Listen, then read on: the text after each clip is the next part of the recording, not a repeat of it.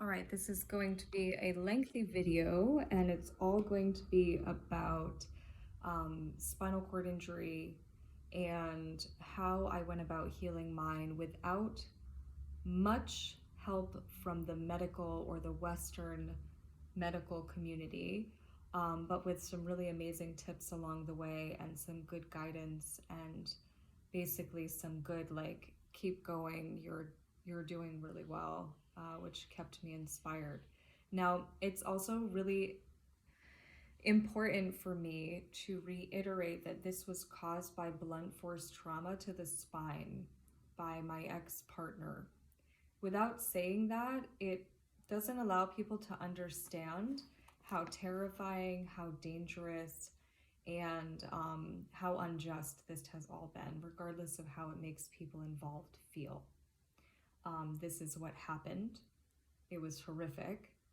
I am an ambulatory spinal cord injured patient. I still don't have my MRI revealed. That was taken. It was covered up via coding. With all of that being said, I want to go through what I did to help heal myself. Again, I had to teach myself how to speak again, and at times when I do too much physical activity, I have to do that again. I have to slow down and remind myself how to enunciate each syllable. I had to teach myself how to hold things again, silverware, toothbrushes. I had to teach myself how to walk again. Now, this was a little bit strange because of the way that it ebbed and flowed, and that's because I didn't really understand it was a spinal cord injury. Because I also, like most of the world, equated spinal cord injury with complete loss of function. So I knew I was hit in the spine. I knew that my body was not working correctly. I knew that my right side body was numb and that I couldn't lift my leg. I knew that it was serious because it made me lose consciousness and I met God. These are things that I can't not bring into this. If I ever can pair off with an honorable medical physician, then they can take the medical aspect of it and they can adhere it to spinal cord injuries. But for me, myself, there were so many things involved that I can't deny any one of them as being a part of this journey. So my connection to God, which I only ever called the universe before in my life, which I always believed in much more than the average human being, I guess. I just knew not to talk about it. And my connection to the universe was always present in my life, without a doubt. And I never spent a lot of time wanting to be on Earth because for me, human beings were the monsters. Only I realized over time that it wasn't human beings, it was people that forgot how to be a human being, because human beings would never do the things that people have done to me in my life, which have made it so that I haven't wanted to be on the earth, but instead have been ready to leave this force and form if necessary, so that I can leave the earth, because for me it's only been hell. Now, with that being said, I have a little list here of the things that I wrote down that are going to be helpful for a spinal cord injury, but I just want to give an overview of the way that my journey went, and what I used to help heal. And then I'll cover autonomic dysreflexia, which is something the general public, I guess, has a hard time understanding. And even I didn't know why I was dying. I just knew I was dying and leaving my body, losing consciousness, and then getting put back into this earth in this form that's broken, with less and less desire to be walking the earth each time. So, okay, initially May 10th of 2020, I was hit in the spine with a chair right on my T7 to 10 spine. It knocked me unconscious. I fell to the ground, I think to my knees, and I couldn't put my arms out because that's what that part of the body also will help rule. And I didn't find that out until later. But of course, when something that horrific happens to you, you recall. I told my osteopath it felt like somebody like broke a snake in half and that the top half of it just like went right up into my brain and caused me to pass out like that. It was like it just wound up. Like if you can imagine that there's your spinal cord is a snake, and when he hit that spot, it just cut it in half, and that part of it just went up into my brain. I lost consciousness. I woke up out of fear. I thought it was like, I didn't know right away if I was conscious, if I wasn't conscious. It's hard to know in those situations. These kinds of injuries are going to be the most common in veterans, domestic abuse survivors, gang violence, and that's probably it. Maybe some performing athletes or non-performing athletes will have the same reaction as I do, or I did. And also an athlete who has somebody that intentionally harms them will have this kind of injury as well. The man that I was with told me when he was a young person, his coach used to put him in to do that to people. So he knew exactly where to hit me to cause this to happen.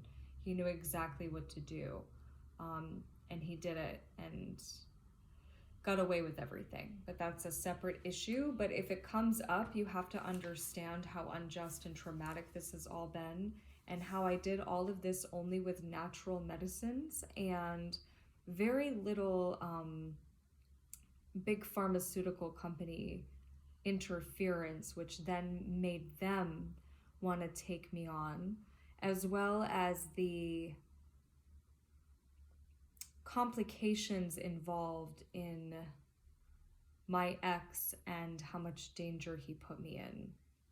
So I think that I speak on a lot of things enough, but I just want to try to focus mostly. It's going to be a long video because this is going to be about my journey through this. It's been 3+ years now. Again, this happened to me May 10th of 2020, and it has been an ebb and a flow depending on the weather, the location, my level of activity, what I was going through, what I was trying to survive, who I was around, and which kind of guidance I was receiving medically or otherwise. So I lost consciousness. I was about 115 pounds then.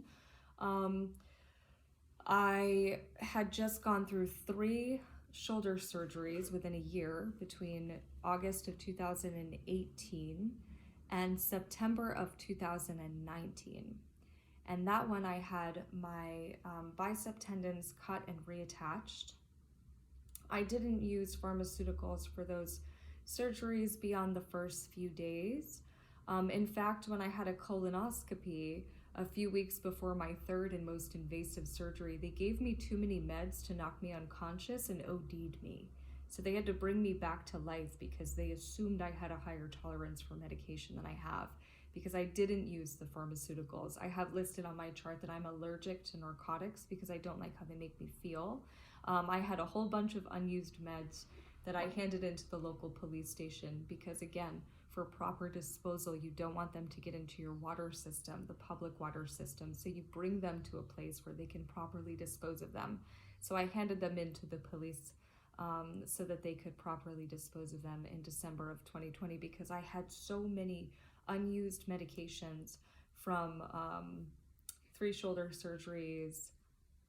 1 tooth I had to have extracted because an aluminum filling fell out and I waited too long to get it taken care of, and then I needed a root canal, which then turned into an extraction because the dentist did terrible work.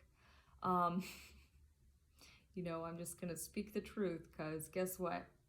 My whole life, I just was always the most forgiving and just person in the room, and evidently was surrounded by people who were not. So I'm gonna just speak the truth. And speak it out. Now, when I got up, it's because he opened a door that had a bell on it, and the bell is what caused me to get up because I realized he was coming out of the room. I had no way of knowing how much time had passed, but later realized it was about an hour that I was unconscious. So he probably called his lawyer, his mother, a few other people. That's something that I can't figure out, but others probably could. And after that, my instinct was to run. They say fight or flight. My instinct was to flee. I got up and I ran. down the stairs. And then I realized my dog was inside, and there were many things that made me afraid of this man keeping my dog alone, let alone my things. I'll leave it at that. And I raced up the stairs in to get my dog, and then I told him to leave. And I got into bed, and that's when my body was like, poof.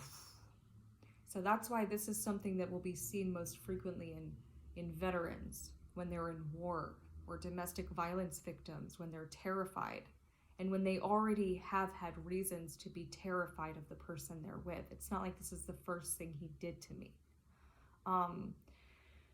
Again, athletes too may have this reaction, but it will depend. You know, when you only have yourself, it's not exactly like you can just let yourself go. If somebody had ran in to help me in that moment, maybe it would have been more obvious what was wrong with my body. But nobody ever came to help me. I had myself, and that was it. Just like when he body slammed me off of the bed and I crawled with one arm to the window and screamed terrified. I didn't have time to formulate words. I screamed terrified out the window. And then he made me feel bad because the police showed up out front, but they couldn't find where I was, even though one had literally been in the apartment maybe a year before, looking for someone, he said. But they couldn't figure out where I was when I screamed for help out that window. And then my ex got air conditioners so that I couldn't scream for help again. Anyone that heard that scream would have known that I was terrified and that it was not a joke. He was terrifying long before he did this to me, and the fact that he got away with everything, or that anybody would contribute to helping him continue to get away with this, is unforgivable. Now, after I ended up getting inside, he left. He probably formulated his plan for what he was going to do to get away with everything, and I laid in bed not knowing what to do. It's really hard for me to explain that to people because, again, I was hazed at the daycare I worked at one point during this time period because one of the girls had one of the babies dial 911. Now, the kind of messed up thing about that is the child that she chose to use to call 911 is a child that more than likely would not feel safe calling the police in a situation of duress. Anyone with half of a brain will know what I mean when I say that. So not every situation do people feel comfortable calling police, and it will depend on what kind of relationship you have with them, how well you know them, if you can trust them, what part of the community they are in. There are so many factors that people have to consider in situations like this, and only some people, I guess, will know what I'm talking about without me having to just spell it out for each of you. I have said as little as possible, as late as possible to keep the most people safe, and I have been more than brave, let me tell you. So, I laid in bed and I didn't really get out of bed very much, and when I tried to shower, I couldn't lift my leg. I went from lifting my right leg and putting it up onto the shower, kind of like all the way up like this, to not being able to lift it even about 6 inches in the shower to shave my legs. So from like gymnast style to hardly being able to lift it. I laid in bed, and mostly what I did was just move my body. So I took medical marijuana as medicine, and I just moved my body laying flat. I couldn't even have a pillow under my head. I had to lay completely flat, and I would just move my body around and try to focus on isolations, belly dance. And it collapsed my diaphragm and my stomach. I couldn't breathe very well. It was very painful. Right side body numbness was a major scary factor. Caused me to kind of drag my leg behind me, walk like a T-Rex, a sloth, or like a pirate. I know that that's funny to joke about. It wasn't funny when I was experiencing it, but I have a sense of humor now because what else am I supposed to do? That movement in bed is so important, especially for newly injured people. I think that that's something that if people could have gotten me in water with the appropriate help right away, I think I would have done a lot more healing, because I told my osteopath that everything, we begin in water. And if you look at most fetuses, they all look very similar, no matter what creature they are on Earth. And a lot of the ones from water look similar. And if we can just remember that womb state, and we can make ourselves be in water and thinking about how we have that regenerative ability to heal. So I said a lot of mantras that had to do with astrocytes and oligodendrons, and I had like all of this, the physics, the microbiology, astrophysics, and physics mantras that I would tell him about in fall of 2020 when I was going to see him, that I would use when I was in the shower to try to heal my body. I also learned that birds know how to regenerate their inner organs, so I used to imagine that my inner organs could regenerate. And there's, the axolotl, which has regenerative abilities and is a waterborne creature. It can completely regenerate its whole body, so I would imagine calling upon the axolotl. There were all kinds of things that I did in this time period that had to do with mind, mantra, connection, all of the things that I did when I was young. So when I was really little, my father was a farmer, and he would take me with him, and I could either do art in the back of his tractor, or sometimes the ladies would let me go inside. This is when I was really, really young. And none of them ever made me look into their eyes. I'm an autistic woman who was forced most of my life to be polite and respectful in my culture. So there wasn't room for me to just be who I was. I had to adhere to what was normal, and considered respectful of those around me at all times. So that's why I masked autistically so well, because I didn't have a choice. No one was gonna be there to cater for me in a hard moment because I had autism or anything else going on. So these women would let me just hold their hands and talk to them. And so my memory is of their hands. And one of them too actually taught me how to play the piano. I don't really remember the chords or the lessons, and I don't really know how to read piano music. I played the clarinet when I was young and a little bit of the guitar, but not the piano.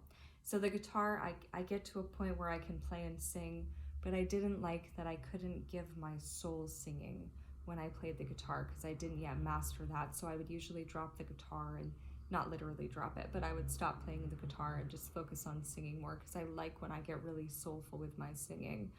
When I played the guitar and sang, it was a lot more lighthearted and soprano, and I like to soul sing and use my whole range, which is contralto, if I'm comfortable and I'm singing. It doesn't take much for me to be uncomfortable if somebody tells me to shut up, or I'm always very aware of my surroundings, and I wanted to have my own land and self-sustainable healing center so that I didn't bother anyone, so I could be myself. Wake up at 3 o'clock in the morning, say my prayers, make my food and drink my coffee and sing and be happy and be in nature. So it's a little bit destabilizing for me to have to try to be myself around others, but whatever, I'm working on it. So I decided to play the keyboard and to try to remember the way that that woman would hold her hands. And I would just focus on playing. I would focus on nothing else. If I couldn't sleep at night, because this was very painful, if I wanted to try to have the neural pathways in my brain that had already been formed when I was young, learning that, be reformed. So that was a huge key for me. And in yoga, I was taught that when people have degenerative diseases, if they do things with both hands or their non-dominant hand, it's better for them because of the brain hemisphere that's activated, which is really logical. So I also was thinking, if I was a young person and I learned things, if I could just remember what they were, I could recarve those neural pathways, which would allow me to keep speech easier and better, but also could could help me hold things. It could help me keep those brain hemispheres balanced and keep my healing and my brain-body connection strong while using medical marijuana, which I would take breaks to see if I had made any physical gains, because the goal for me was to not be reliant on any medication that could be seen as taboo anywhere in the world. I didn't want to have to be reliant on something that was going to force me to stay in one particular area if, for me, I needed to be other places. So I was in a lot of danger where I was. That's why I had to leave. It was my home, and I didn't want to leave. I had to. I didn't have a choice. So that was one of the things that I recommend doing. You don't have your physical body, so if you're like me, you're a non-performing athlete or you're an athlete. Again, for me, a good day looked like waking up, going to the mountain.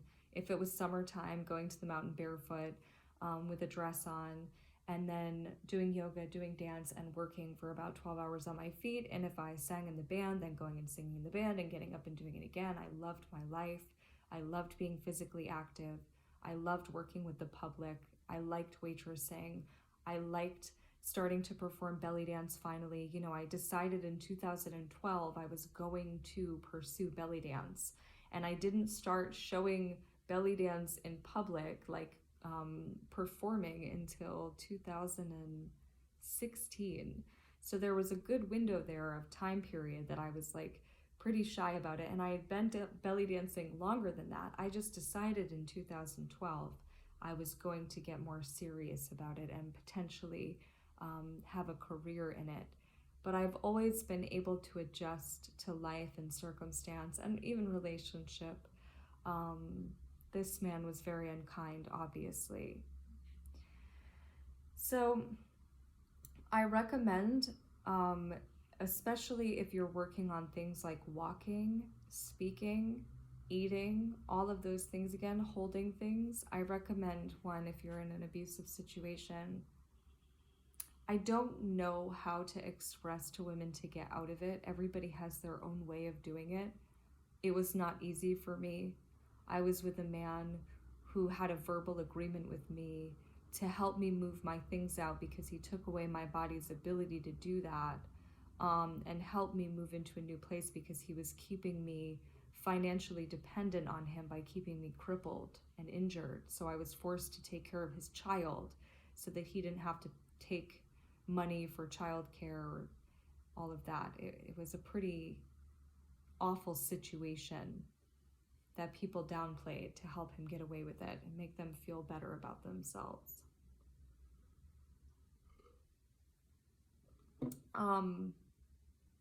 When you have that much against you and you're also in a situation that you're in a lot of danger because of what people have said about you, that's why I speak so much on gossip and the importance of knowing what happens with people when they're put in danger of human trafficking, and small towns with gossip and things like this. I was in a lot of danger, and it was downplayed by everyone who was really dangerous but was more important in my community than me. So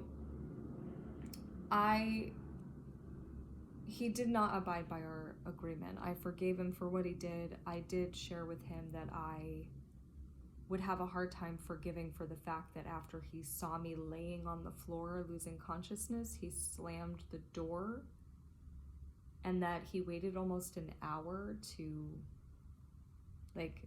open it to see if I was okay or alive, because he claimed he was just so stressed from all the abuse he went through in dealing with his ex and his mother. So he blamed it on that. And I forgave him, which was my biggest mistake in life. My biggest mistake in life was being too forgiving. Always. And expecting people, because I was forgiving, to be more honorable or to have accountability for their actions. And that was my mistake. I should have cut them out of my life right away. If I didn't have a dog in that moment, I probably would have gone right to police and collapsed in the police station But it looks like that particular police station would have been hit or miss with whether or not they would have helped me or harmed me worse. So that's a little bit unfortunate because his friend is the ex-police chief's son. And he had a lot of connections in this area that no matter what happened to me, it would have been hit or miss if I had been helped or not. Anyone in the situation that I was in will know about it, and anyone who's smart enough to understand what I'm saying will get it.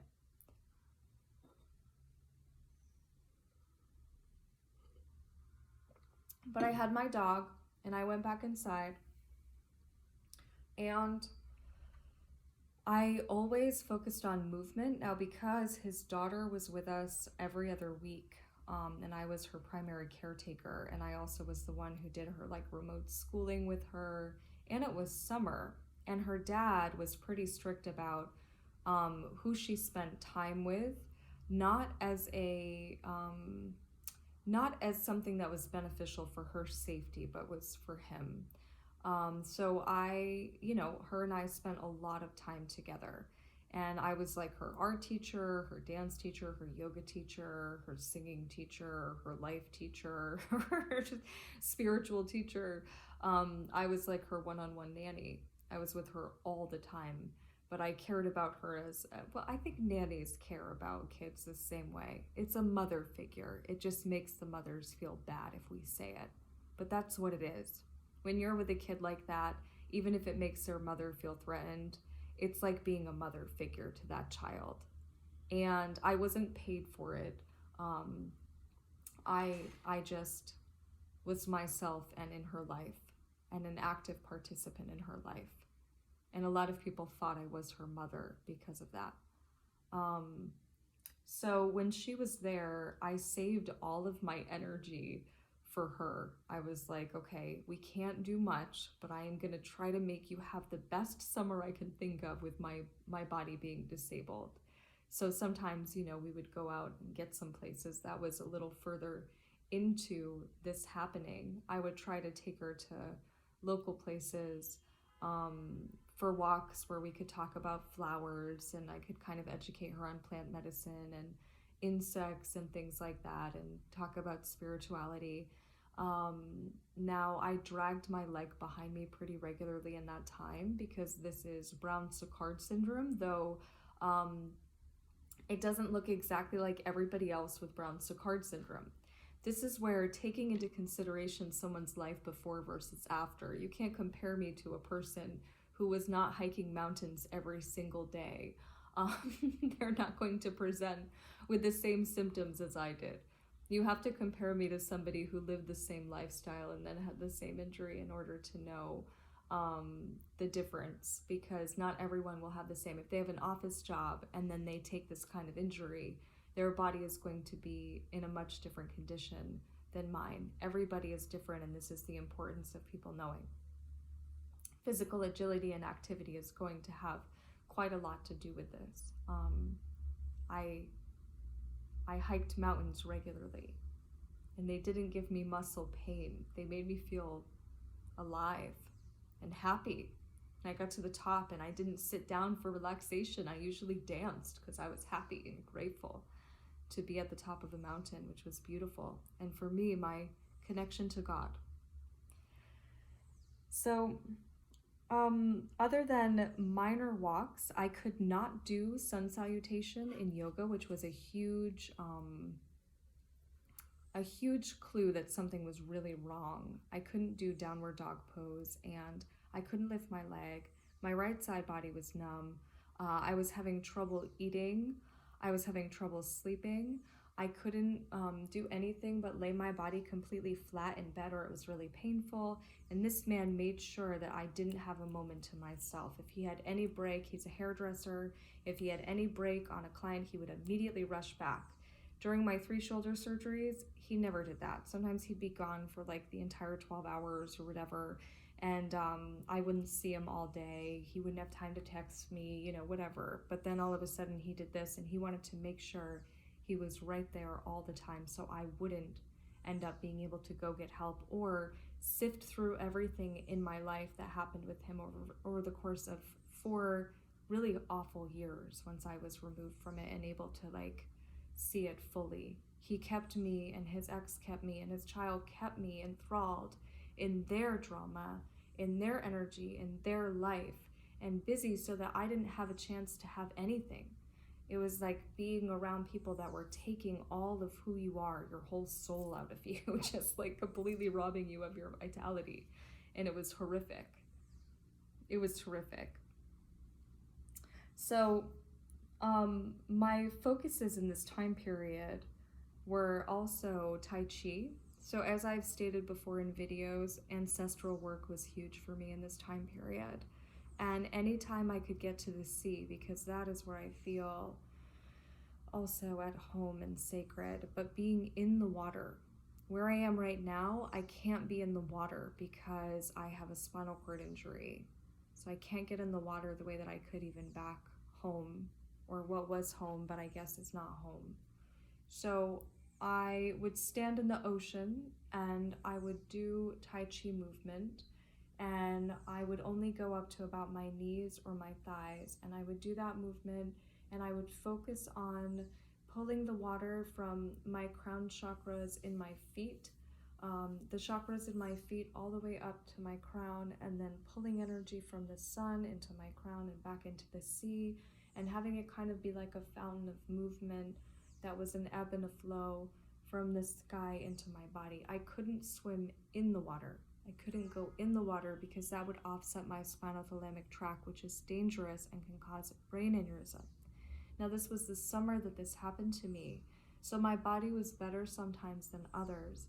And for about the first 6 weeks, the only thing that I did, other than try to get out for a walk that was usually less than a mile and always ended with me dragging my leg behind me, was laying in bed trying to move my body as much as possible, doing the light Tai Chi in the water, laying down way more than ever, and also using my, walking on my knees or crawling to get places. There's a video I saved because in my memory, I stood up and walked over to help save a dragonfly. But in the video, it shows what happened, which is that I crawled over because I couldn't stand. So it's different when you're in your body experiencing it. We're not thinking about the way we look to the general public. We're just too busy trying to stay ambulatory. At times, again, it caused me to look like a T-Rex, a sloth, a pirate. It was really painful and it sucked. It sucked.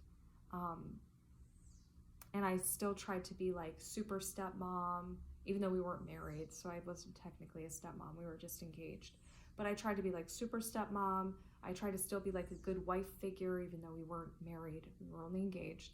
I tried to still heal, I tried to still be positive, and he kept wanting me to go see a spine doctor so that they would do surgery because he knew how bad it was. But I didn't want them to do surgery because then I'd be in a wheelchair and they would wheel me to him. And I knew what that was going to cause for my future and my life. So I wanted to avoid, while I was with him, having any type of surgery because I knew what he meant when he said he would take care of me. He meant the way that he had been taking care of me, which is to make sure I stayed injured and stayed dependent and reliant so he could injure me worse. And then anytime he did anything like buy me an inversion table so I didn't have to lay upside down on the rooftop like a bat. I wasn't auditioning for a bat position. I was trying to do an inversion for my spine and heal a spinal cord injury. I would have much rather done what I did every summer, which is go to work, hike mountains, dance, sing, belly dance, and go to the beach on my spare time. When I did go anywhere I couldn't drive, I had to sit in the passenger seat and I had to sit on top of pillows and keep my seat upright so that I could imagine being like in a halo. And I had to wear my corset to keep my spine stable so that if we went over any bumps or anything else, I could actually still breathe. Because he hit me in my T7 to 10, which is also where your thoracic aorta is located. You can imagine that that's really dangerous. Makes sense now why I was losing consciousness so frequently.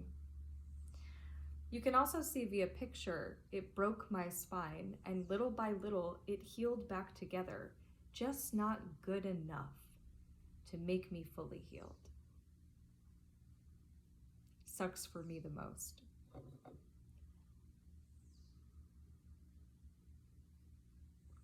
Tai Chi in the water, laying down and doing as much movement as you can. Being a belly dancer helped, being a non-performing athlete helped. My whole body sort of locked up. My muscles kind of locked up. Everything sort of locked up in my body. And I read later on about 11% of people have that reaction to blunt force trauma to the spine. So again, this will be seen in gunshot wounds, stab wounds, blunt force trauma to the spine, in people that are in war, that are in combat, domestic violence situations, and athletes who have somebody dishonorable try to harm them. Because they know exactly where to hit. That's what he knew, exactly where to hit me, exactly what to do. And then he knew exactly how to get away with it, which he did.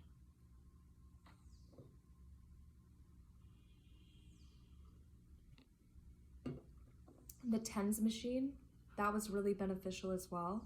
I had an amazing chiropractor who was a physical therapist who did some movements with me that I had no problem executing, but I'm like a warrior-minded woman. So if you tell me to do something, I'm going to do it, and I'm going to do it stoically and act like I'm fine.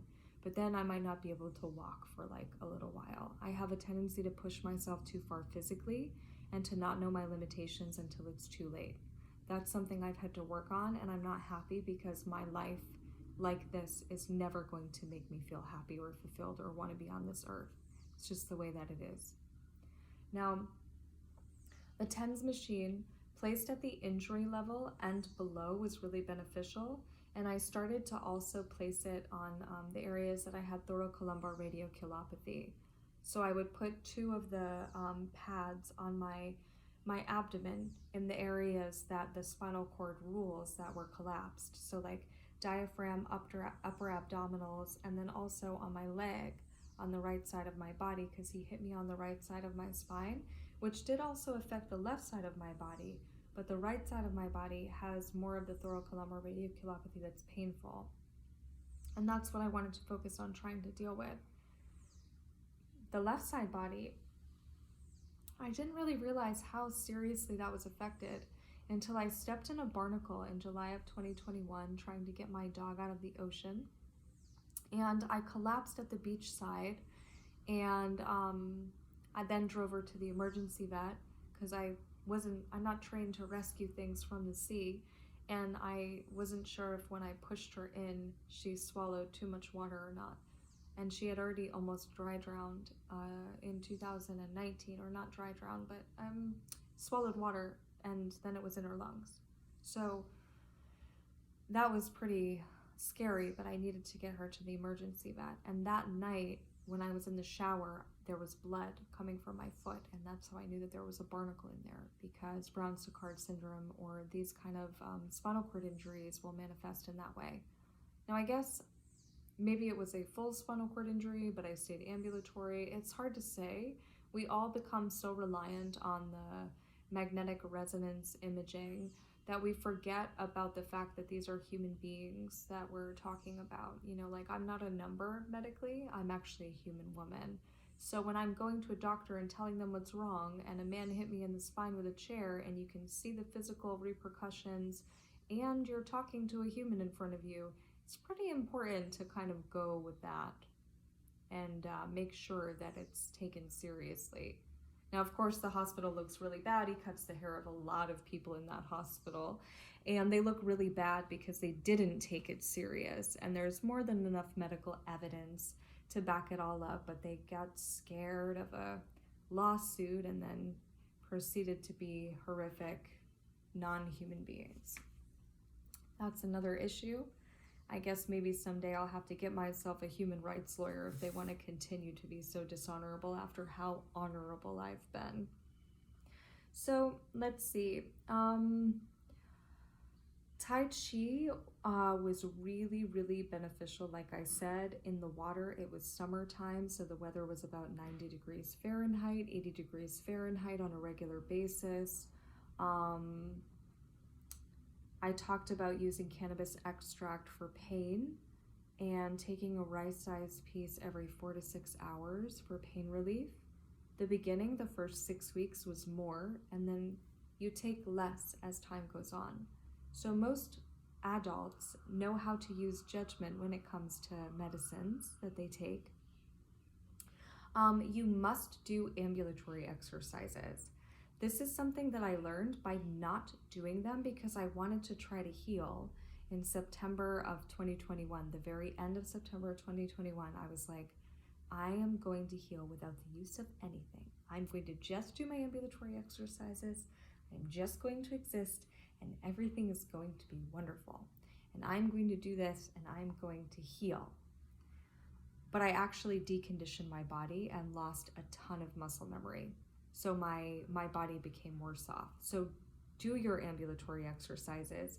Do use whatever medicine is helping you stay ambulatory with an education on what it's doing to your body. So in fall of 2020, after not using medical marijuana for a period of, I guess, like 4 or 6 weeks, something like that, and people thought I was pregnant, I guess, because if I had my oversized stuff on, I walked really funny, and my abdominals were collapsed. I mean, I looked like a spinal cord injured patient. People just got wrong what they thought was wrong with me, and then felt guilty that they didn't take it seriously, because it's pretty horrible that they helped a man get away with hitting me in the spine, breaking my spine, and then putting me through such hell and danger. But whatever, that's for them to deal with. I already dealt with enough. So let's see.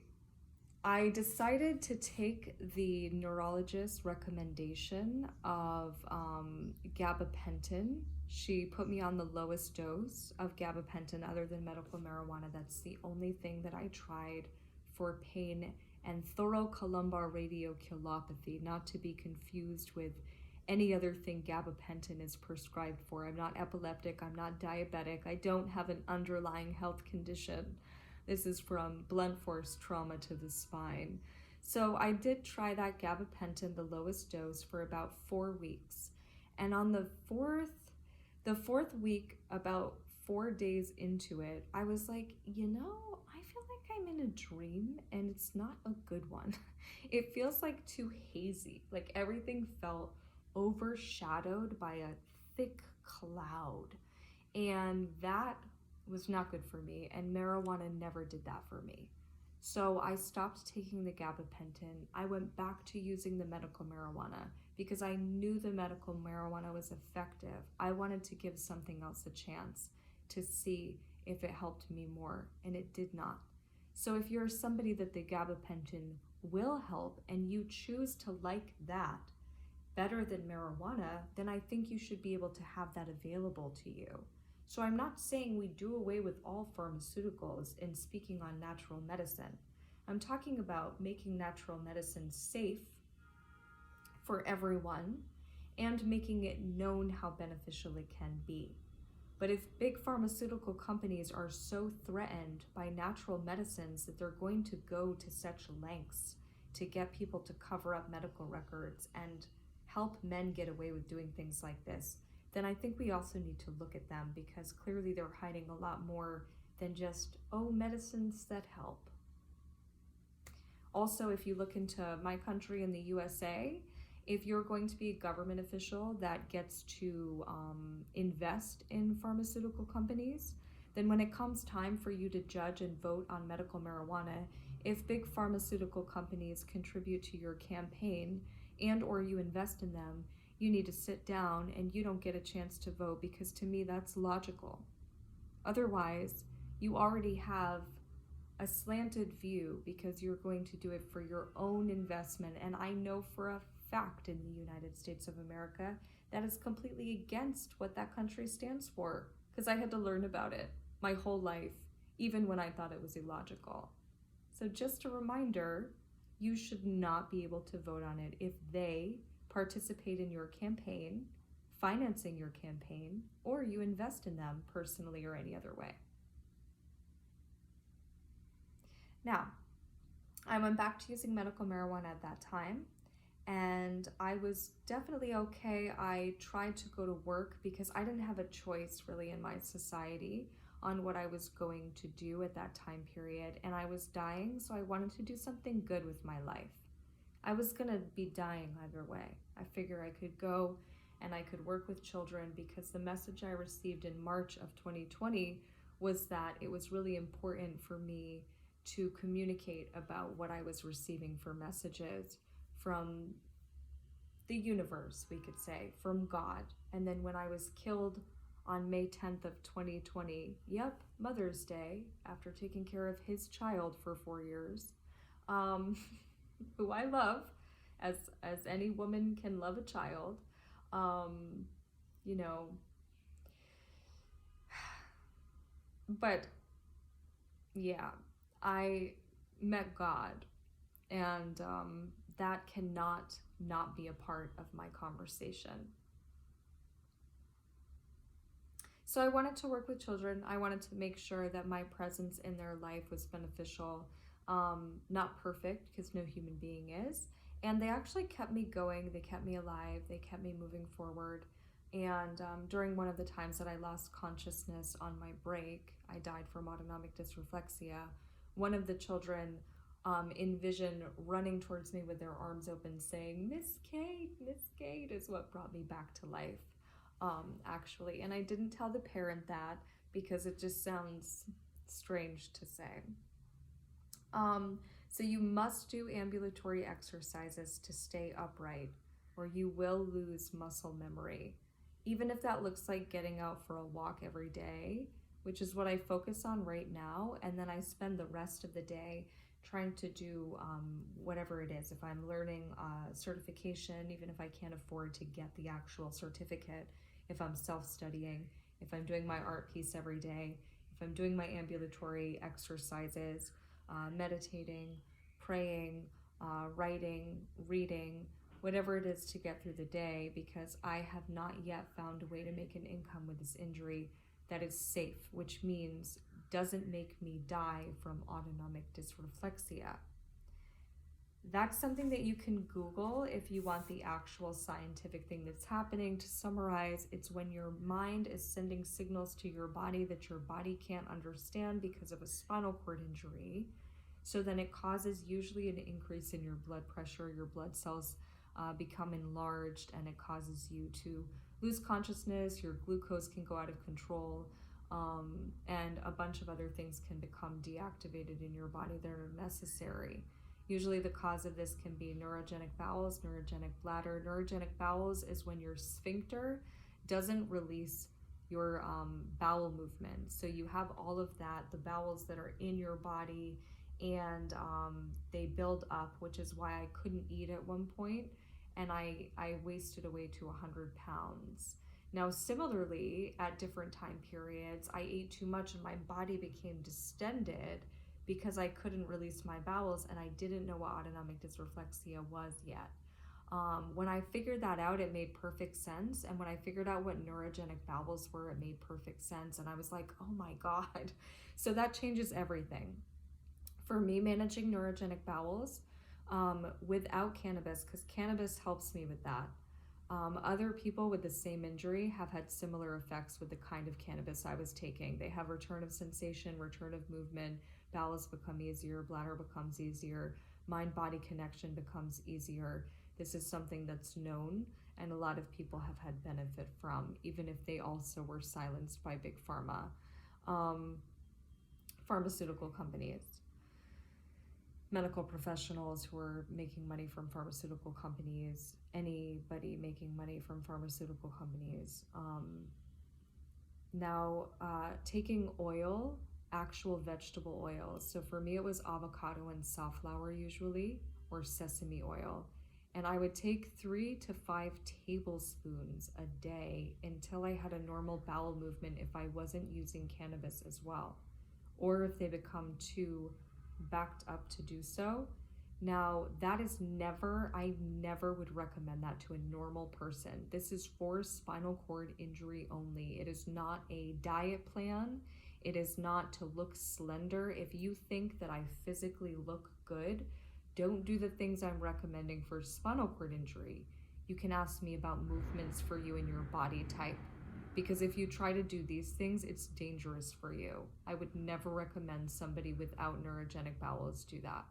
So when I wasn't taking cannabis extract, I was taking 3 to 5 tablespoons of vegetable oil so that I could have a bowel movement that was soft enough to pass through my neurogenic bowels.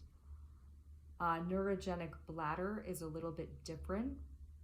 The only way I can describe that is that in the beginning of this, I would have to fold forward to go to the bathroom no matter what I did. Fold completely forward and put my hands down by my feet to actually have urination or even a bowel movement at times.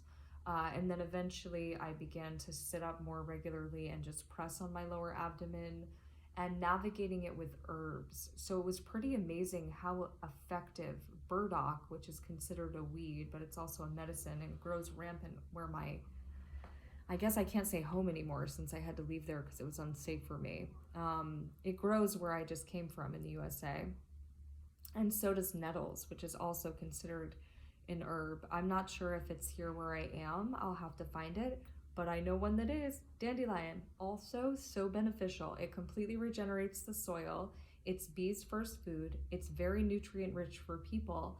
And it's beneficial for your inner organs, your liver, your kidneys, your bladder. It's so beneficial. So I don't know if burdock and nettles are here, and I couldn't get into my storage unit, which I guess got broken into, and I don't know what got stolen and what's still there. Oh well. So dandelion, at least I can find, which I'm really, really glad about, because that will help me hopefully manage neurogenic bladder, which is probably one of the most overlooked dangerous side effects to a spinal cord injury. Now, as most people know, you don't usually die of the spinal cord injury. I mean, I did right away because he hit me in the spine with a chair. But, essentially, your inner organs give out over time because there's only so many times that you can put them into failure before they just want to stop working. So this can cause a lot of major complications in your life and in your body. They say bowels, bladder, skin. So when your skin starts to be affected and you start feeling like itchy skin, or your skin starts to have weird rashes or things like that, it's because you have let your neurogenic bladder or bowels go too far, which means you didn't actually properly adhere to a system. So like making sure that you're taking your oils regularly to keep your bowels running smoothly and the fecal matter broken up enough to pass through your neurogenic bowel.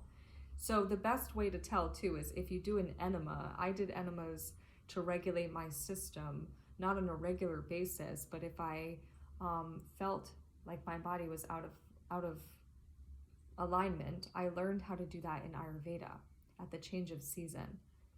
So if you've ever given yourself an enema, you can tell the difference before and after spinal cord pretty easy. So it's also the same as having the flu. If you have diarrhea and you don't have a spinal cord injury, you can't help it. When you have to go to the bathroom, you're going to have to go. When you have neurogenic bowels, it's like you have the diarrhea and it may come out or it may not because you have neurogenic bowels. So it's pretty obvious and evident to tell the difference between neurogenic bowels and constipation or anything else. Now with bladder, this is again the one that is really important to not overlook because things like UTIs can cause kidney infection that can be incredibly damaging to you over time. It can cause your liver to completely deteriorate. It can cause a lot of major issues. It's not something to be messed with or taken lightly. And also, I found out that a lot of times for autonomic dysreflexia, they would give an antibiotic. That was the allopathic medical solution. And over time, that's not going to be good for your body. So this is using burdock, nettles, and dandelion. I don't know in place of the burdock and nettles yet what I'm going to use for my body. I'm still playing around with that because I'm in a new location until I can have access to those same herbs that I had before or find a proper replacement for them. that is enough to keep your bladder somehow in good standing. So you can usually tell if you've gone too far with your bladder, it will become more syrup and stream. So if you can't feel all of it, because like again, I have I guess it's varied. There were times where I couldn't feel at all when I was going to the bathroom, and then there's sensation that has returned slightly. It ebbs and flows depending on movement, activity, and day. And essentially what happens with neurogenic bladder is that if you can't feel any part of the bladder, the stream of urine coming out of your bladder, if you can't feel that, then listen for it. So it's pretty obvious and easy to tell the difference if your stream is flowing versus if it sounds like syrup is hitting the water. That means that you need to navigate your bladder, because if you don't, you could end up with a really serious infection in your kidneys and in your liver and do irreversible damage, which will cause autonomic dysreflexia. These are the reasons that I was dying so regularly, because I didn't know what neurogenic bowels were. I didn't know what neurogenic bladder was. I didn't know what autonomic dysreflexia was. I didn't know the importance of movement, but not pushing too much physically. And when I asked the doctor for guidance, he didn't take it seriously because he got his hair cut every 3 weeks from my abuser. These are really important things. Now, make sure that you're regularly taking, if I had these herbs with me, I would be doing what I did back home, or what was home when I had to leave. I would be making teas daily with these herbs in them so that I didn't ever risk damaging my inner organs. But because I had to leave and I couldn't get into my storage unit that got broken into, and I don't even know what's still there or not, I won't be able to have these access to these medicines. So I have to try to find new things to use in place of them, and I'm now trying to experiment with that. And I will keep updating. So I have a website, www.triplegoddessarts.com, and I just started blogging, and I'm going to be blogging about daily teas. I'll blog about spinal cord injury. I'll blog about astrology. I'll blog about all of the things that my business has to do with. And I will keep an update on the different things that I have used. The only people still watching this video will be somebody who's had a spinal cord injury or has one, because no one is going to understand or care that much otherwise. I also added habanero. Nothing to be helpful for your pain level, because again, it's got natural antioxidants that lower your pain, but also to help with your bowels. So I'm a huge fan of habanero. So I just put it in everything, and nobody ever complains about how spicy things are because I'm just making food for myself. So lots and lots of habanero, lots of it. I bring it with me. I keep it in my bag. If I'm at a place where there's lots of habanero, I add it to my food. The spicier, the better. I love it. It makes me incredibly happy. And bonus, it's effective for pain levels and for neurogenic bowels. I already talked about the safflower and avocado oils. Again, this is not a diet plan. If you think that my body looks physically good, just know that I would trade in my other figure that was stronger and could hike mountains over the one that's now more slender and unable to do normal things that I would do that made me happy and want to be alive. So if you think I look good now, wonderful. I don't feel like I look good because my body is no longer strong and I can't run mountains the way that I could before. If you didn't know, my ex has strong connections to people that are invested in big pharma and also people that are working for them. So at different times in my life, in our relationship, he was poisoning me to make me have some symptoms that would contribute to him getting away with all of this. So in case you didn't know that, that's important to also note if you were involved in any part of this, or if you're in the medical community, or if you are deciding my fate, or if you just care about how dangerous people are and how serious all of this was for me while I was dying. Anyway, abdominal and lower extremity self-massage. This is something that another spinal cord injured person actually reiterated in a video that I watched of theirs. I don't know if I'm allowed to mention his name, because when I've done that in the past, I guess it offended people that I was trying to like talk about them. So I don't want to say his name, but he can be found on YouTube as well. And he does a lot of self-massage techniques and talks about also using a lot of natural medicines for spinal cord injury. And he's the one who kind of reiterated to me the necessity of making sure that you're giving self-massage of your lower extremities and your abdominals. That will help break up the fecal matter also, which then can help with your neurogenic bowels. It's not like getting a normal massage from others, but when I did have a massage therapist who was a Theosophist woman, and they believe that they don't need surgery to heal, but even she said to me, I hope you don't need surgery after massaging my spine, because she could feel on the outside of my body how serious this was. That was in the summer of 2021. BioFreeze allows for 1 hour of pretty amazing relief. It was helpful most for me if I applied it to the impact site, so right on the T7 to 10 spine. Your body can become adapted to it, I noticed, so I also would use Tiger Balm from the store and homemade Tiger Balm, which was a little less potent. If I was to make it by myself, I would use the actual habanero pepper and not just the habanero dry spice, because I believe the actual pepper would give the necessary heat required for a homemade Tiger Balm.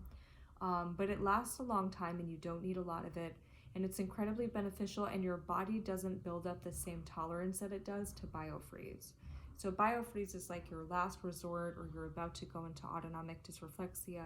Tiger Balm is your everyday use, and the homemade one can be for you doing the massage over your body. It can be the one that you use if you have pain that's just starting and you know that you're going to make yourself stay still, because it's pretty annoying to have this injury when you're an active individual. You don't want to sit still. That's like the last thing that you want. So sometimes you have to tell yourself, like, stop moving, because when you do these things, you take medical marijuana for pain, or you use BioFreeze for pain, or you use Tiger Balm.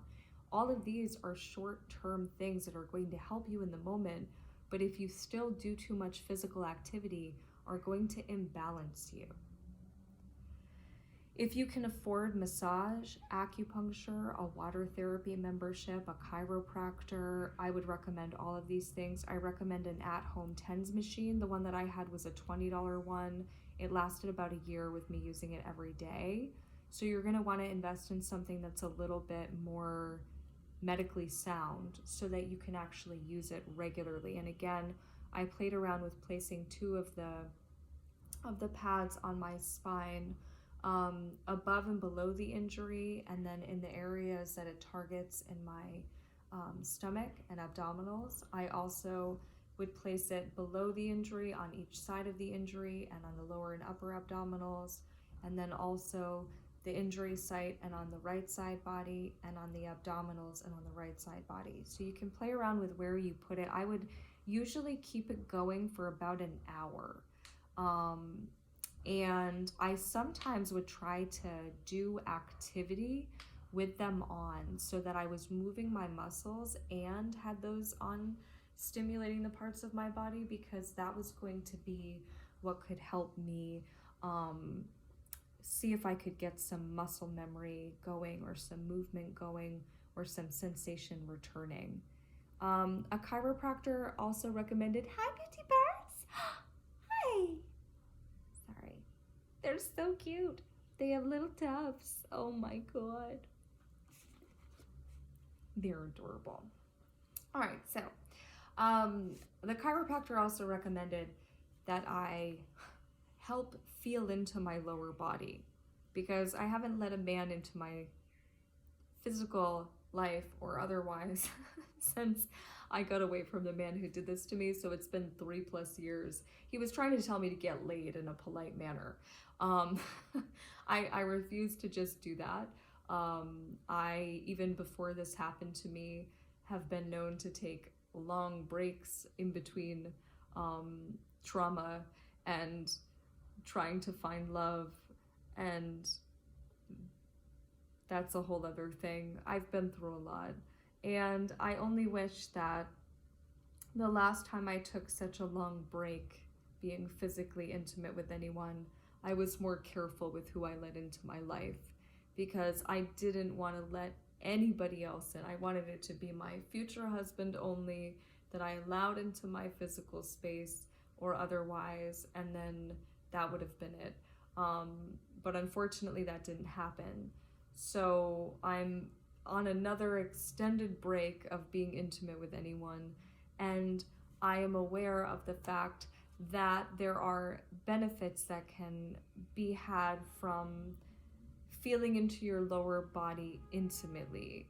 I can do videos on that at some point, but there's also, there's lots of studies that show that it's beneficial when you have a loving partnership and you're intimate with them and all of that. It's, not lost on me. But that's a whole other thing. It's been 3+ years, and that'll be a different kind of video, I guess. But it's also an important one to talk about and necessary to talk about, because if we keep making it taboo to talk about spinal cord injury and sex, then it's going to be something that feels taboo to continue to talk about. You're a cute bird. Bye. So, abdominals, glutes, and hamstrings must be targeted for support. So this is a really important part of your body. It's an important part of your body to stand. The area that I was hit has caused disruption of my iliopsoas, which causes my psoas to go out, which is going to cause complications with walking, with balance, and with pain. So thoracolumbar radiculopathy is because of the spinal cord injury, but also because of how damaging it was to take a blow to the spine. Unpleasant, let's say.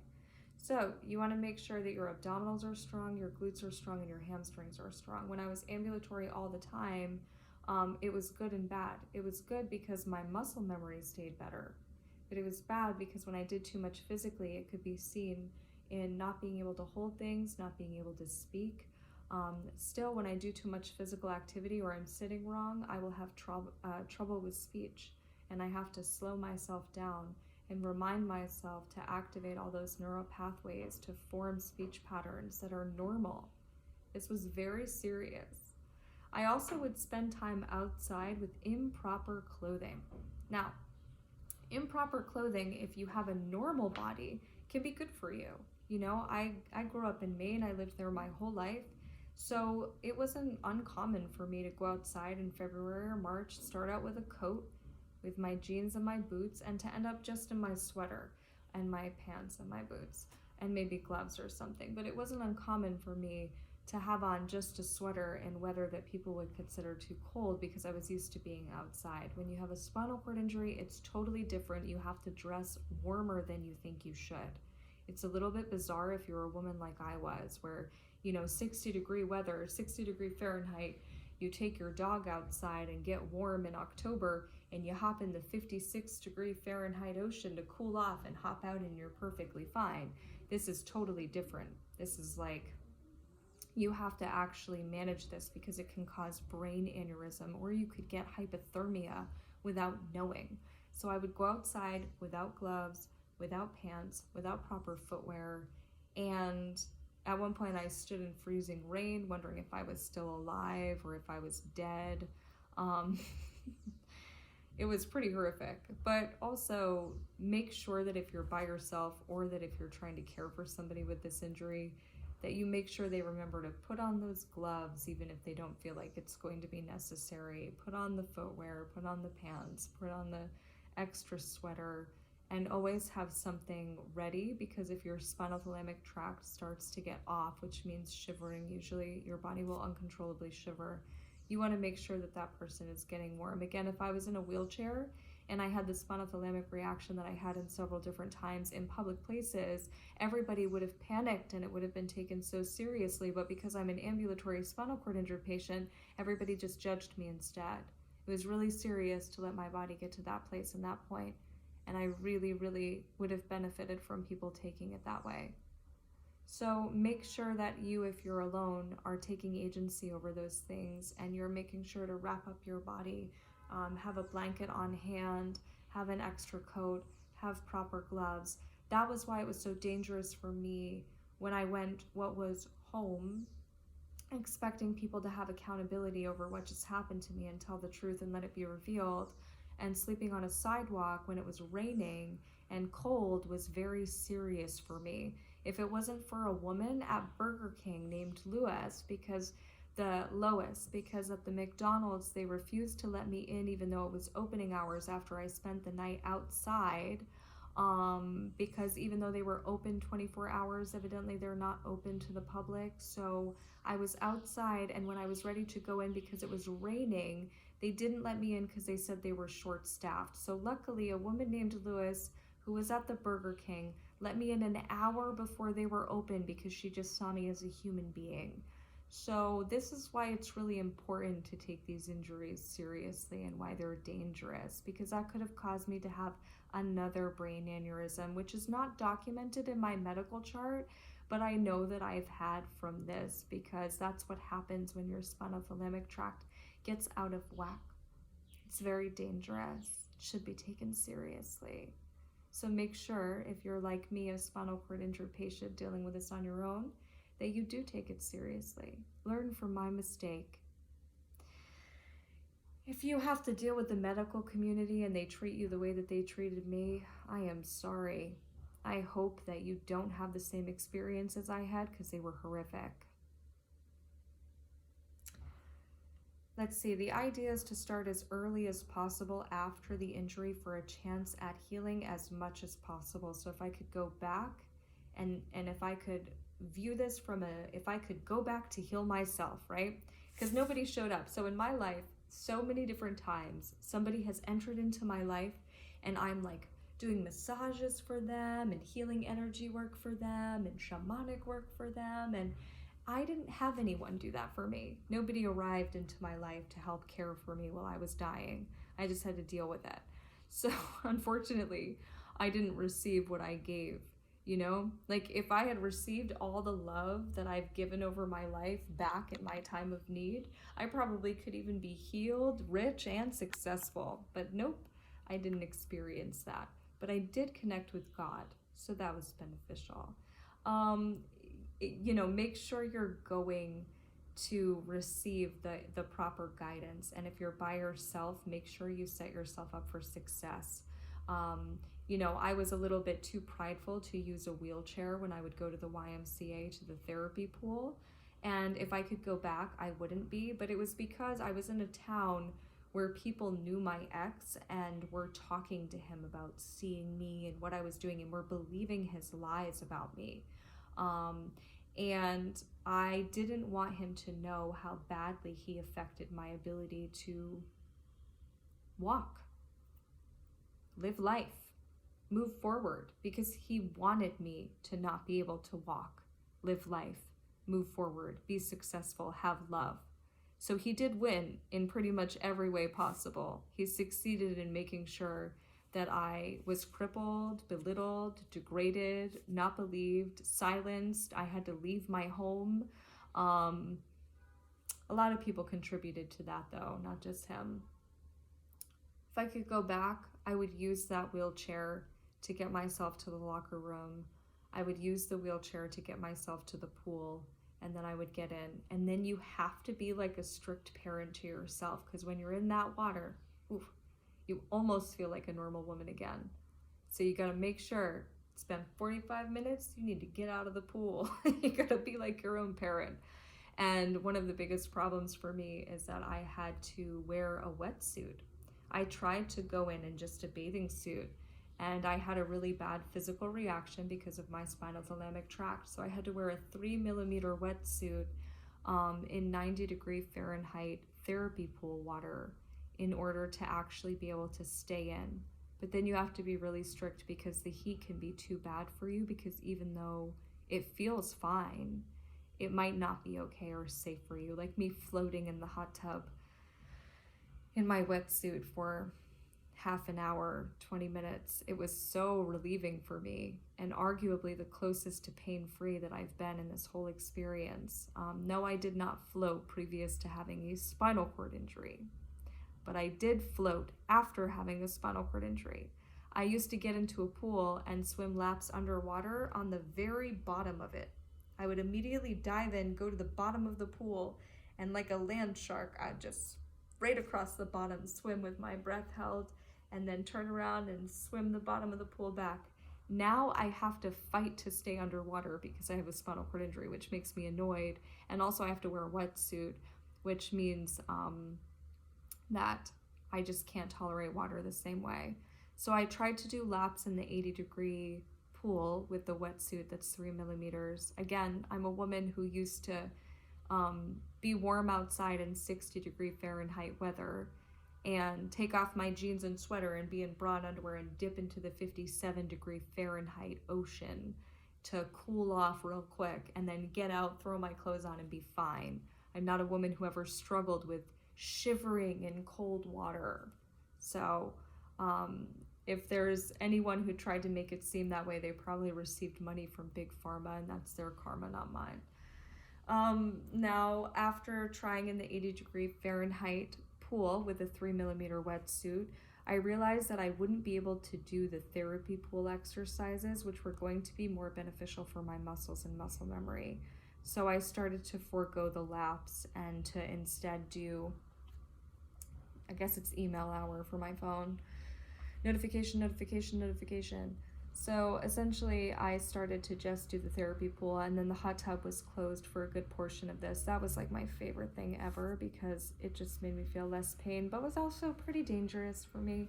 So doing the pool only was good. I sometimes would drop down into what was considered prayer pose because I couldn't walk any longer and I was about to pass out. It was pretty scary and overwhelming, but I got through it. If you can get to a pool, make sure you do. I don't know if you don't live somewhere without public transportation that's safe for you.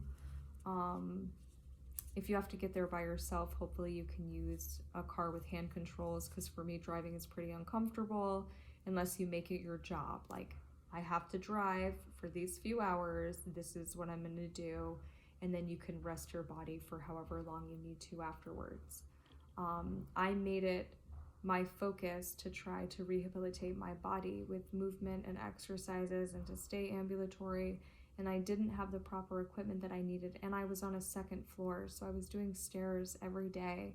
I had a dog, so I needed to bring her out at least 3 times a day, and then also get myself to do, if I could, if it wasn't winter time, I could get out for a walk every day too, but if it was winter, I just kind of didn't even try to get outside for a walk even, because my body was too offset for that.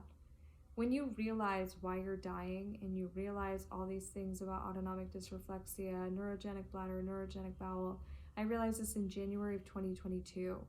So it's pretty far into my injury. So obviously I'm going to take things very seriously once I know why I was dying. Once I understand this injury, of course I took it more seriously, even if nobody around me wanted to. It's not them living it, it's me. And whatever people projected onto me is on them, not on me. And what I left, my home, what I left, that situation, horrific. The fact that people were not held accountable for what they just put me through is horrific. What just happened to me is absolutely, unforgivably inexcusable. It is beyond horrible. And everybody knows. Everybody knows it. Everybody knows it. They saw me in those years. They saw me and they know.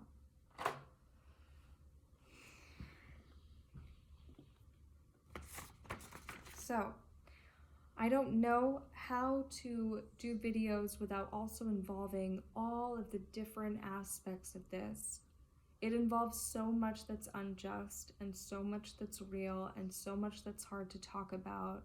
It involves trauma, it involves domestic violence, it involves medical violence, it involves disability discrimination, it involves disability cover-up, it involves too much. It's too much corruption, it's too much pain, it's too much injustice, but I have to speak about it because I learned so much, and what I wanted this whole time was to take out all of the injustice that happened to me and just be in the center of my life and say, these are all of the beneficial things that I did, and then be given a chance to help them be implemented for spinal cord injured patients. But I can't do that if people are constantly corrupting everything and not allowing me to be given a chance to do that because they're too worried about their selfish involvement and what it might do to them if the truth is known. I needed my medical records to be on point. I needed the truth to be revealed without discrepancy, and I needed my MRI uncoded so that I would be taken seriously and all of these beneficial things could help people instead of have them continue down the paths that have been regulated by people that only benefit financially or egotistically from all of this. I was able to be the bigger person in this whole experience and try to do what was right for all to keep the most people safe.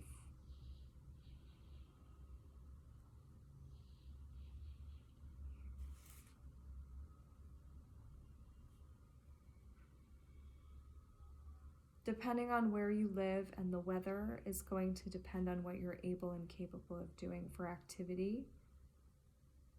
If you're in a cold weather place and you can dress warm and you have an ability to drive yourself to a location that is flat with ice, I highly recommend doing ambulatory exercises like that. I haven't tried them in skates since this happened to me.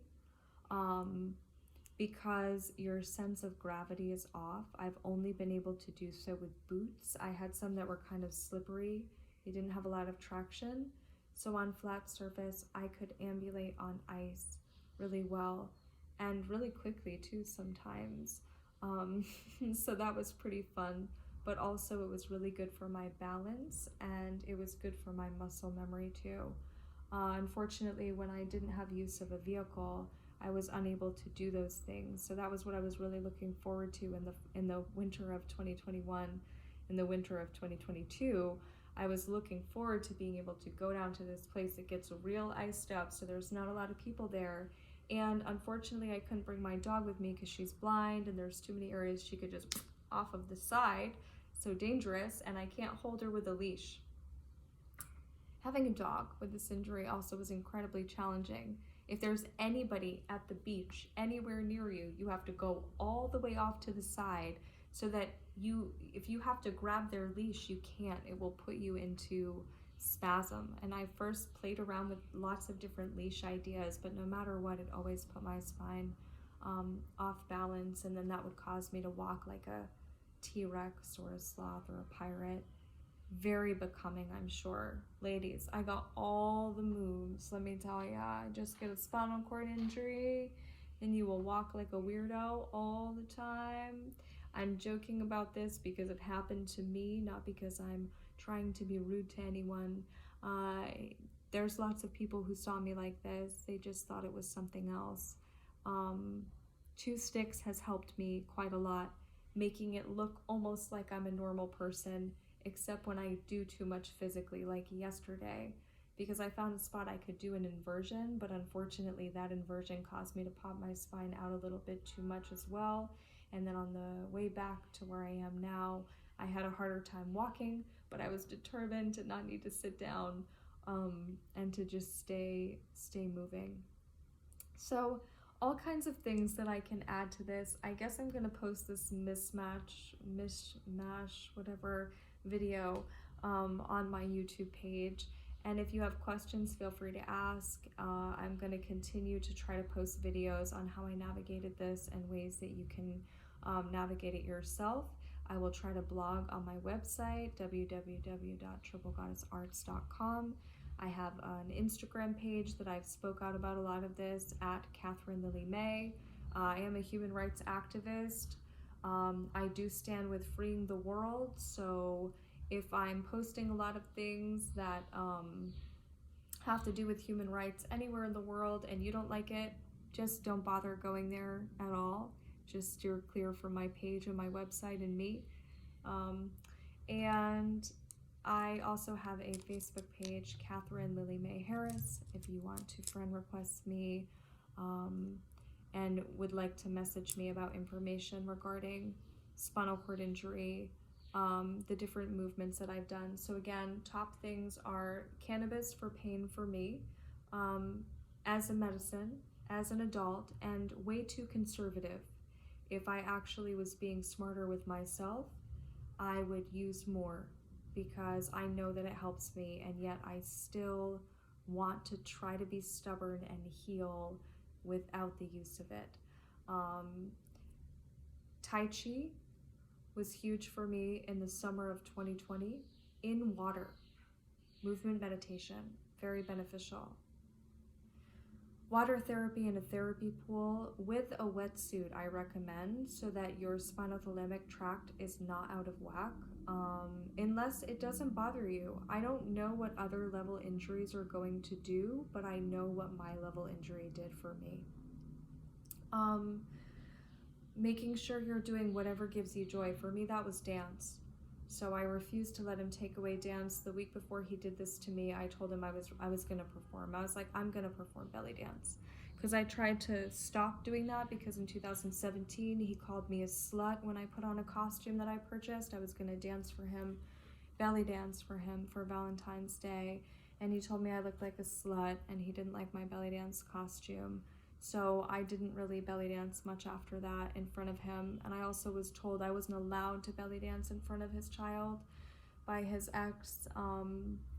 So now, of course, if there was an eye peeking out from a door, I knew to pick my battles. If I saw that one eye when I'm doing my shamanic practices, or I'm doing my belly dance exercises, or I'm doing my magic practice, I'm not gonna interrupt my time doing my necessary things to tell that little eye to close the door. So pick your battles if you're a stepmom. You know, you get all these regulations that everybody wants to put on you. Make sure that you also put them on yourself. Like, I'm not gonna fight that battle. If they want to yell from somewhere to say, don't peek out and look at her, they can do that. But I'm not gonna interrupt my time to tell a child that I'm caring for that they can't peek out and watch me do belly dance or pray in the morning. I mean, come on. So,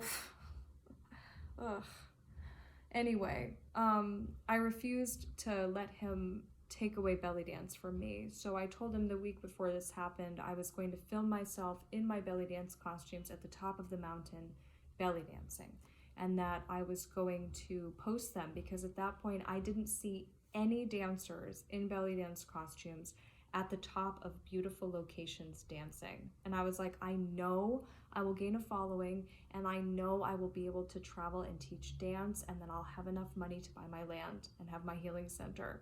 Like, I will be able to accomplish all of my goals, and I'm going to be able to start doing it. And then he hit me in the spine with a chair and took away all of that. So I couldn't get my belly dance costumes on and get to the locations that I would have been able to get to that I had before he did this to me. So I belly danced in my apartment. Boring, but I still wanted to make sure he didn't take away all of my dreams and my ability to walk and my life. Make sure you do what gives you joy.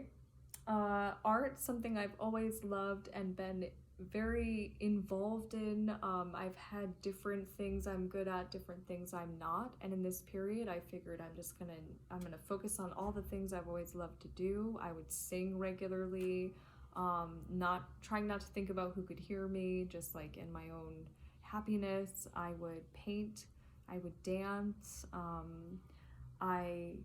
I spent like an hour or more every morning doing mantras and praying and singing and trying to heal. I hardly slept. I played the piano whenever I could.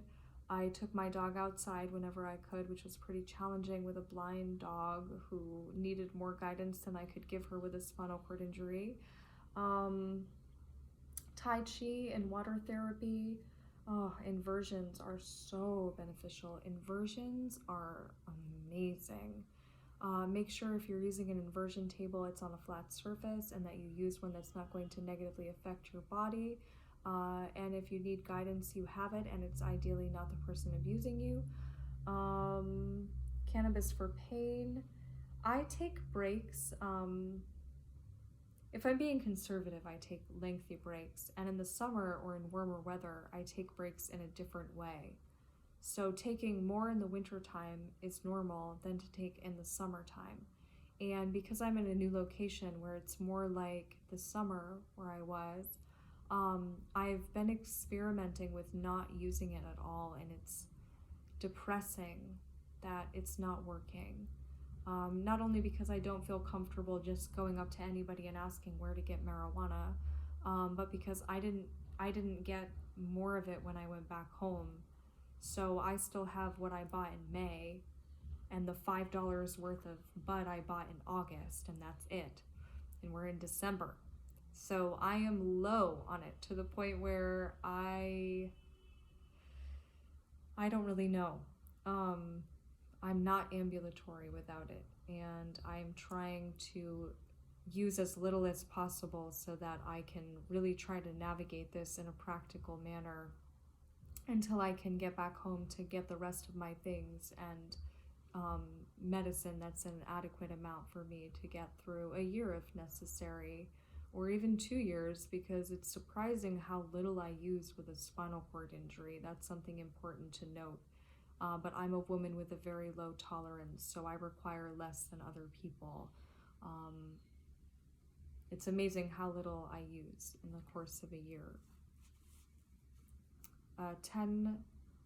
I wanted to say it was 10 milliliters, but sometimes I'm not so good at the dosage of things or what they are, but it's like a syringe with cannabis extract. It's about this much of it, and it lasts me about 3 months. So 4 lasts me about a year. I should have purchased 4 when I was back home, and then I wouldn't need to go back except for my storage unit if everything of mine didn't get stolen. I have no way of knowing that. So, tea for bladder, burdock, nettles, dandelion. You can also add those things to your food. I would use tea because usually the nutrients are going to be more rich in the teas. Habanero and or oils for neurogenic bowels, just to keep the fecal matter broken up and liquid enough for you to have bowel movements. Doing the massage is beneficial as well. Tiger Balm, Biofreeze, and homemade Tiger Balm. So homemade Tiger Balm is coconut oil, peppermint oil, clove oil, and habanero. I was using cayenne pepper, but I would say just place the habanero pepper right in there and then keep it on the stove till it's nice and hot, and then let it all sit together for about 24 hours or 48 hours, and then strain it and mix it up. And that will be a beneficial homemade Tiger Balm for you if you can afford to buy it. And if the Biofreeze is pretty expensive too, but that's pretty effective. You just don't want your body to become dependent on it. And keep in mind that when you're masking pain and taking pain medications, it doesn't change the fact that you have that injury. So you can tell yourself you're healed, tell yourself you're healing, but make sure that when you take the breaks from your pain medicine, you're paying attention to how healed you are, because you can't just go about life like nothing is wrong with you, because this is something that affects your inner organs. This is something that affects your brain-body connection. This is something that's not your average injury. So you have to be very, very mindful of that. That was one of my biggest issues, was pushing myself physically too much, because I don't want this injury. Not that anybody does, but I was not a woman who wanted to stay home all the time watching life pass me by. I was the woman who wanted to work. I wanted to waitress, make my money, save my money, put it where I wanted, and then do the things I loved on the side, have a life, hike. I wanted to be active. I tried biking actually at one point. That did not go so well. It was fun, in those moments, until you realize how bad it is for you, how much it hurt you. In a more controlled setting, it could have been beneficial for me. Here it might be more beneficial. It's more flat surfaced, and the force of gravity is less upon the earth because of the location as well. So that's beneficial and something to consider. The weather is also more beneficial for the injury. And don't I miss what I thought was my home, though.